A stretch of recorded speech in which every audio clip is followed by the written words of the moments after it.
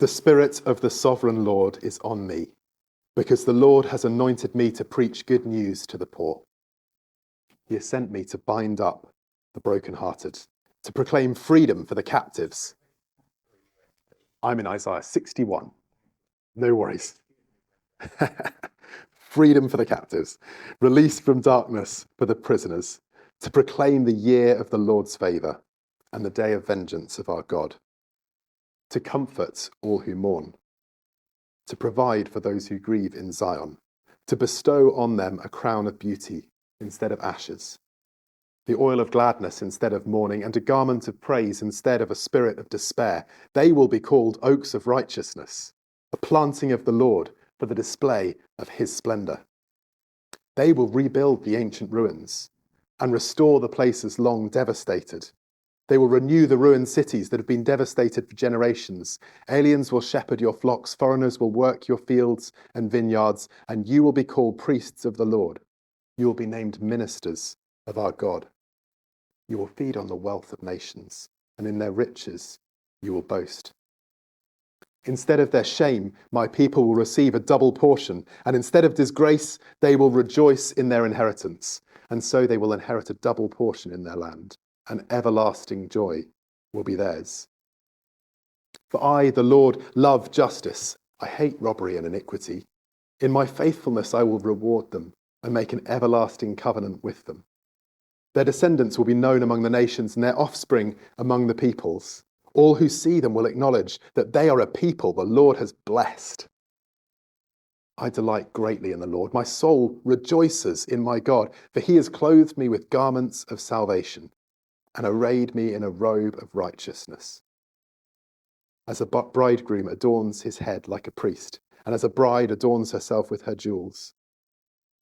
For as the soil makes the young plant come up, and a garden causes seeds to grow, so the sovereign Lord will make righteousness and praise spring up before all nations. This is our passage for the weekend, Isaiah chapter 61. Those who have been with us each week in Revelation, going through the book of Revelation, I hope some of those bits ring some bells with Revelations 21 and 22, particularly the image of the bride at the end. And as we look to Revelation, we'll see the final fulfillment there. But actually, the first verse of this is already fulfilled, and we know that because Jesus says so. So Jesus arrives at the synagogue in Nazareth, and they hand him the scroll of the prophet Isaiah. And he reads this first bit: the Spirit of the Sovereign Lord is on me, because that he has anointed me to preach good news to the poor. He sent me to bind up the brokenhearted, to proclaim freedom for the captives, release from darkness for the prisoners, to proclaim the year of the Lord's favour. And then he sits down and he says, today this scripture is fulfilled in your hearing. Jesus has come. Jesus has fulfilled this promise, this messianic figure who would come to bring all of this. And we see him then go and do that. So for instance, he's walking into the village of Nain, and as he's walking in there, there's this funeral procession coming out. And at the head of this procession is a widow whose only son has died, and his heart goes out to her and he says, "Dear woman, don't cry." And he goes up to the coffin and touches it and raises her son from the dead. He and his disciples cross a lake. They arrive on the shore of the area of the Gerasenes, and they're met by this man who is beyond wild. He cuts himself with stones. They try to chain him up, but he's so overcome by evil spirits that he breaks chains and gets free. He can't live with people. He kind of lives in solitary confinement, but he's dangerous and scary to be around. And when they arrive on the shore, he falls at Jesus' feet and shouts, "What do you want with us?" And Jesus delivers him in a moment. Everywhere Jesus goes, he brings this ministry of freedom, of release, of good news. But I want you to note the shift that takes place, the shift of person in Isaiah 61, because it starts off by saying, the Spirit of the Sovereign Lord is on me because he's anointed me to preach good news to the poor. And we put that in Jesus's voice because he's the one who fulfilled it. But then it goes on to say what they will do. And they are the people that Jesus brings freedom to. They are the people that Jesus gives sight to. They are the people that Jesus comforts, brings good news to, frees. And they go on to rebuild ancient ruins. They go on to be called oaks of righteousness. They go on to renew things, to be ministers and priests. And so this weekend, this is why we're in this text, because Jesus comes and Jesus brings healing and release and freedom and light and life, but it flows to us, his people. And that's our mandate. And we're going to look at that later in the weekend. But if we jump straight there, then we are running ahead of ourselves. And that's where we're going tonight, because the source of all of this is Jesus. And the people who are going to do those things are the people who have received from Jesus the things that he came to bring, the good news that he came to bring, the comfort that he came to bring, the freedom that he came to bring. How many of you have ever taken an aeroplane to go somewhere, flown somewhere commercially? Almost everyone, I think. Okay. So you know what they say if there's a loss of cabin pressure. Before you help the person next to you, what do you have to do? Put on your own mask first, right? Okay. When you've got the life-flowing oxygen coming into your mouth, then you can help the person who you're with. This is where we are tonight. If we are to be those who fulfill Jesus' mandate, we have to receive what Jesus has for us. Good news, freedom, comfort, joy, beauty.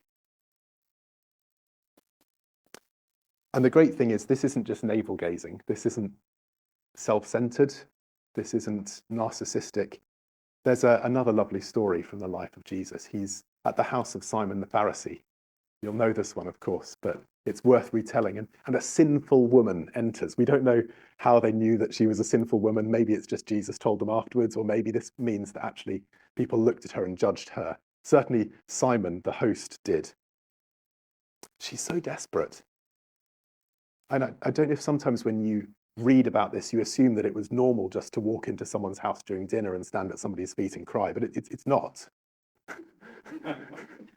This was just as weird back then as it is now. Imagine how desperate this woman must have been to go into the house of somebody she knew would be utterly against her, and to stand at the feet of this prominent rabbi, Jesus, and to weep. She's so desperate. But while Simon judges her, and Simon judges Jesus for that matter, Jesus honors her, and he tells the parable to illustrate why she's done what she's done.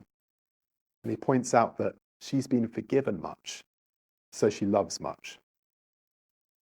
Because she has received what Jesus brought, because she's received that forgiveness, she responds in love. I want to say to us, when we receive what Jesus has for us, it causes us to love more. It's not self-centered.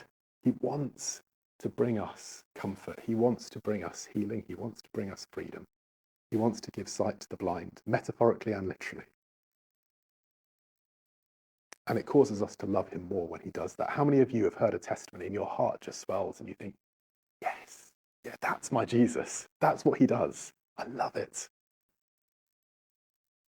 If we're in this room, we've received forgiveness from Jesus, I imagine. I'm pretty sure all of us have, at some point in our lives, if not regularly, gone to Jesus and asked for his forgiveness and given our lives to him. But Jesus is still doing all the things that he came. He's not just bringing good news. He's still bringing comfort. He's still bringing healing. He's still bringing freedom. He's still bringing joy and release. So tonight's plan is not for me to talk for very long at all. I want to just hear some testimonies of things that Jesus is still doing today, and then to give us some space and a way to respond. The reality is that we probably all have areas of our life where we are grieving or have been grieved, or perhaps areas where we are caught up in patterns of thought which actually we'd describe as being imprisoned. Destructive thoughts, repetitive thoughts, compulsive thoughts. There will be areas where we struggle to find joy in our life. There'll be habits that we struggle to kick, or simply we don't believe when we hear that the Lord gives us a crown of beauty instead of ashes. We go, yeah, but not me. Now, I think for some people here, this will be just kind of the wear and tear of life in this world. Actually, that it wears us all down over time, and over time, just being in a fallen world wears a callus in your heart, wears a sore spot in your heart. And so for some of you, it'll just be that. Actually, I think probably for some of us, it will go much deeper. There'll be life disappointments that you are still processing, or perhaps haven't processed, or long estranged relatives, things somebody did to you decades ago that still sting, people who you don't like to think about because it brings back memories. And whether it feels like a small thing tonight or a huge one, I want to encourage us to bring it to Jesus. Because what happens when we come to Jesus and we bring him our brokenness and ask for his binding up, and we bring him our sorrows and ask for his comfort, and we bring him our slavery and ask for his freedom, what happens is he is glorified and we are caused to love him more. So it's all good. It's good stuff. And he loves to meet us in it. We'd hoped tonight to hear from Joel, who has a beautiful testimony of God doing some of this. Unfortunately, he's ill. We'd hoped to hear tonight from Sarah Bender Samuel, who has a testimony in progress, and you should ask her about it over the weekend, of what the Lord's doing with a family member of hers. But so we're going to have a couple of different testimonies instead. And just heads up, I know there have been a few children around. This probably isn't necessarily the top thing you want to be listening to, Jacob, so it's up to you. But if there is a film on next door, you might want to nip out. But we're going to hear a few testimonies of some things that the Lord has done. One of them's from an Alpha video. One of them's from a book by a chap called James Loader. And one of them is my own. And I just want to encourage you, as you hear these, listen to what Jesus has done. Because he is a God who loves to do these things here and now. Allow him to stir you about things in your life where you feel that you need to bring them to him. And allow yourself to hope that he can do for you what he's done for others. And then I'll walk us through how we might respond to that. The first story is about a lady called Willa. This is a story I heard a few years back and has stuck with me ever since, because it's a story of Jesus bringing freedom to captives. Willa was an unwanted child whose birth caused her parents to get married. She was alternately abused and neglected as a child by her parents, who were both alcoholics and potentially violent. She was very bright, but everyone took advantage of her because she had no sense of intimacy or balance in relationships. She had homosexual and heterosexual relations with ministers, doctors, and others who were supposed to help her. She was in the second year of graduate school when she finally broke down and could not finish her examinations. In the hospital where she was placed, she sat for hours in the chair, rocking her doll, which she called Bill, and staring into space. Then she would get up, act weirdly, dance around, talk to herself, hassle the nursing staff, and then go back and sit in her chair and rock her little doll. The head nurse on the floor told me they expected Willa never to leave the hospital. One day, however, when she was sitting in the chair, someone came up behind her, put arms around her and said, "The silence is not empty. There's purpose for your life." She turned around, but there was no one there. The power of this experience began to build sanity in her in a way that is hard to explain, and she began to distinguish illusion from reality. Of course, she could not ever convince her Freudian therapist of the legitimacy of her experience, so she played his game and got out of the hospital in about 3 weeks, when they had thought she would never be able to get out at all. She came to talk and was eventually baptized, and then returned to the profession for which she was training. This is our God who sets captives free, just as he did for Willa. The next testimony is from a chap called Kenneth. Would you mind running that video?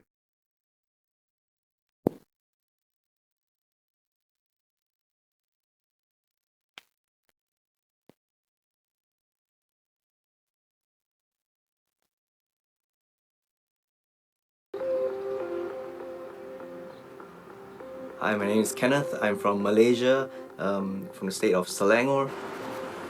I grew up in quite a privileged home. Yeah, I didn't really have to worry about money. But because my parents were very busy finding money, I felt also maybe they were absent in my life. Both my grandparents, they are very critical. So whatever I do, they will often criticize. I'm not good enough. They will often compare me with other people. And even if I did achieve something, it would often feel, not recognized, not acknowledged. So I guess in the early stages of my life, I would still have the energy to kind of like fight back or rebel against my grandparents. But over time, my voice just became softer and softer, and I just cut off people from my life and just became very, very quiet. At that point, I was working for my family business.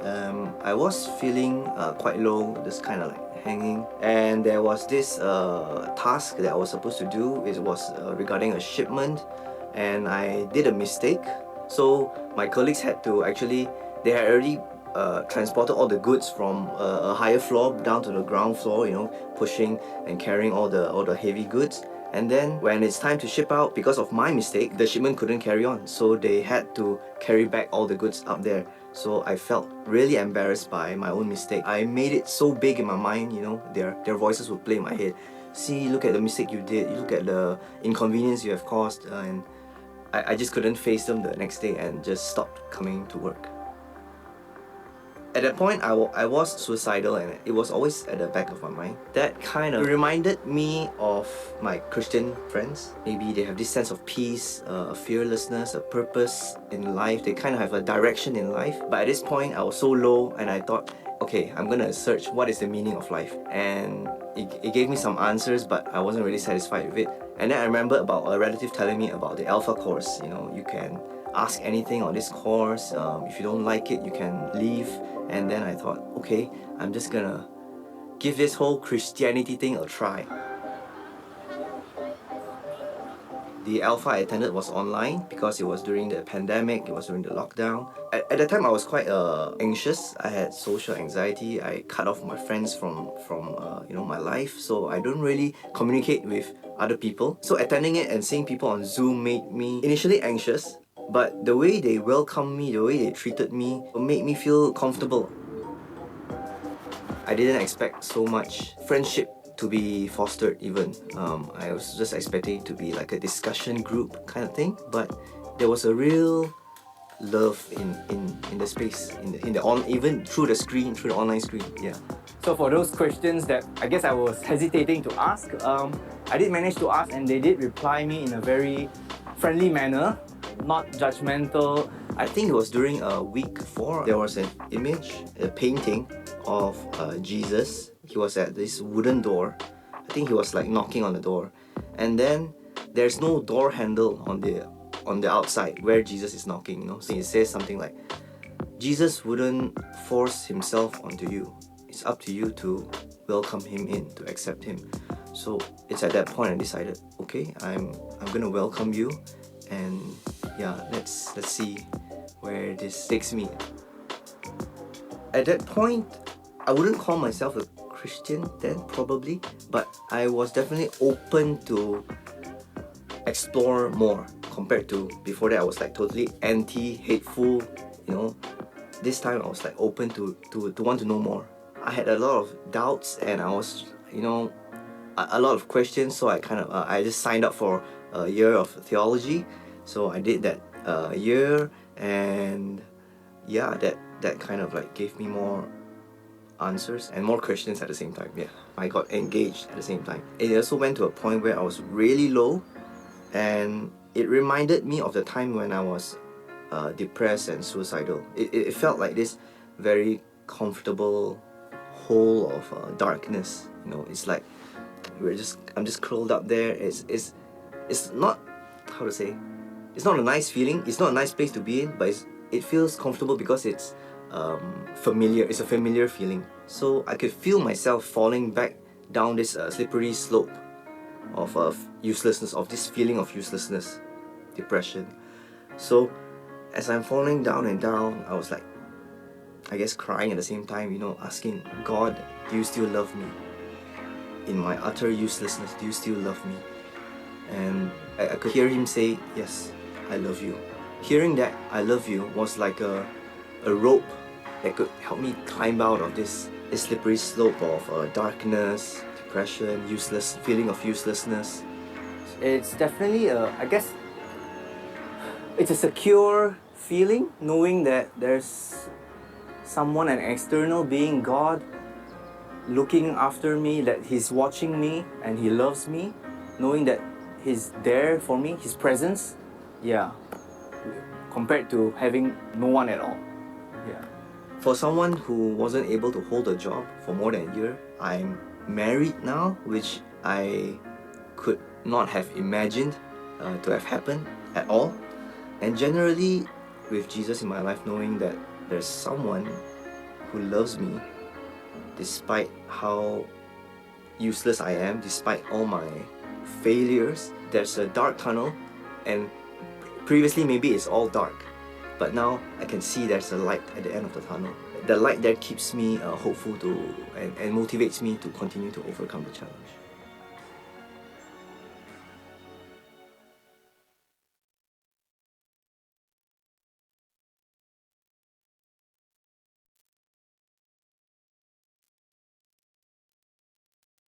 I love that video because it doesn't feel overly dramatic, but it's one of those wonderful illustrations, where David says, He reached down and pulled me out of the deep mire. And it just feels like that's the situation he was in, sinking, and the Lord pulled him out, and pulled him out repeatedly. So Jesus binds up the brokenhearted, He rescues from the mire. The story I wanted to tell is from my own life is one which some of you may have heard before, but it's actually also about somebody else's faithfulness in listening to the Lord. I think most of you know Florence, and when Flo was quite young, we went through a process of diagnosis, or trying to get a diagnosis for her condition. Caroline had noticed she was missing a lot of her sort of developmental milestones, if you like, and things escalated quite quickly, suddenly from, health visitor, GP, and suddenly we're at the hospital having a brain scan under general anaesthetic, which was a horrible experience, just utterly horrible, and some of you will know what I'm talking about there. I didn't really know what to do when they came back, and they'd said, we'll get back to you with results in 2 weeks. And actually, they didn't get back to us in 2 weeks. The neurosurgeon, or neurologist, that's the one, came straight back with them after the scan and said, we need to talk, and took us off into a side room and said, well, it's really quite serious. We think it might be this thing, metachromatic leukodystrophy. If you know what that means, I still don't. It isn't metachromatic leukodystrophy, as it turns out, but the prognosis we were looking at then was that Flo might not live past 5, and that having reached about peak at the age of about 2 or 3, she would then begin to lose her faculties gradually until she died. And we'd walked up to the hospital that day because we lived only a short way away, and we'd walked up in the sunshine, and we met with this neurologist, and we sort of didn't really know what to do afterwards, but we needed to get home, and we looked out the window and it was tipping it down with rain, and I said, I'll walk back and get the car. And so I walked down, and those of you who have, well, I suppose probably most of you have walked with loved ones through medical dramas will know some of the emotions you go through, but I walk out of the front door of the hospital in the pouring rain, feeling rock bottom. I probably am more now. I wasn't a crier back then, but I still know when I go past this alcove in paediatric outpatients, there's an alcove where I just turned my face to the wall and wept. And then I walk out of the door. And as I walk out of the door, there's this familiar car parked literally right next to the door to the children's hospital. And it was a chap from our church who had terminal pancreatic cancer. He was going in for regular appointments.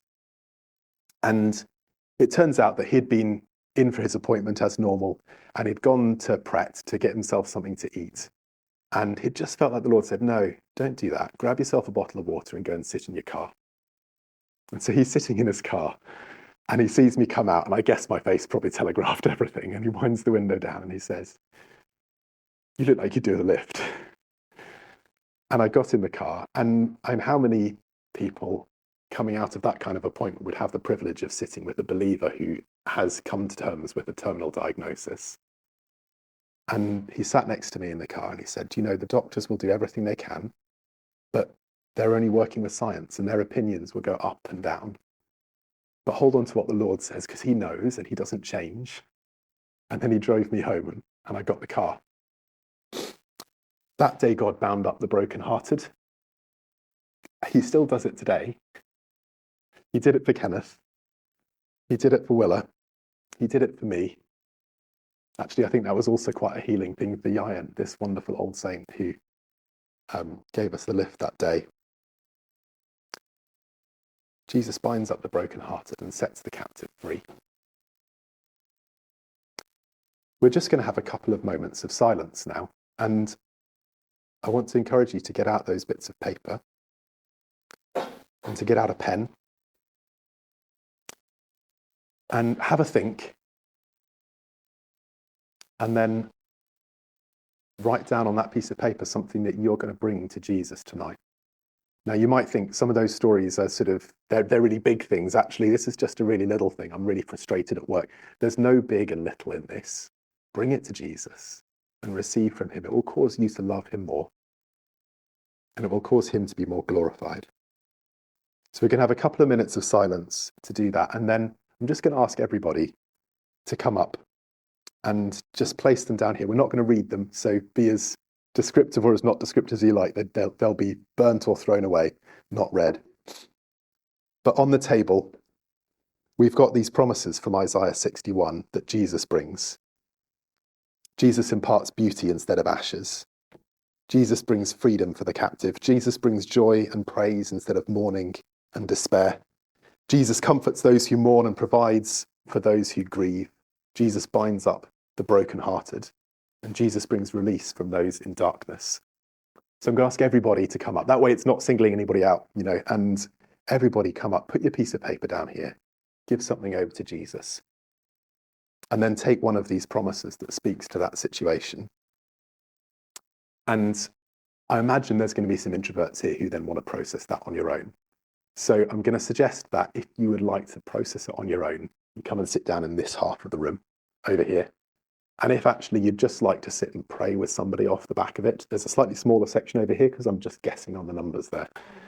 But if you'd like to pray with someone, there will be people over this side who will be wanting to pray with each other. We've not got like a prayer team. It will be people who themselves probably want to be prayed for as well. So have a couple of moments of silence. I'll say when to come up. Don't worry about it. But have a couple of moments of silence now. Pray. Ask Jesus, what is the thing that you want to bring healing to bring comfort, restoration to?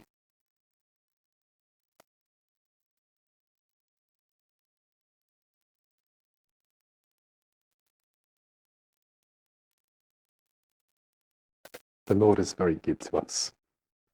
He's really, really good to us. I hope you were able to know that intimacy with him as he lifts burdens.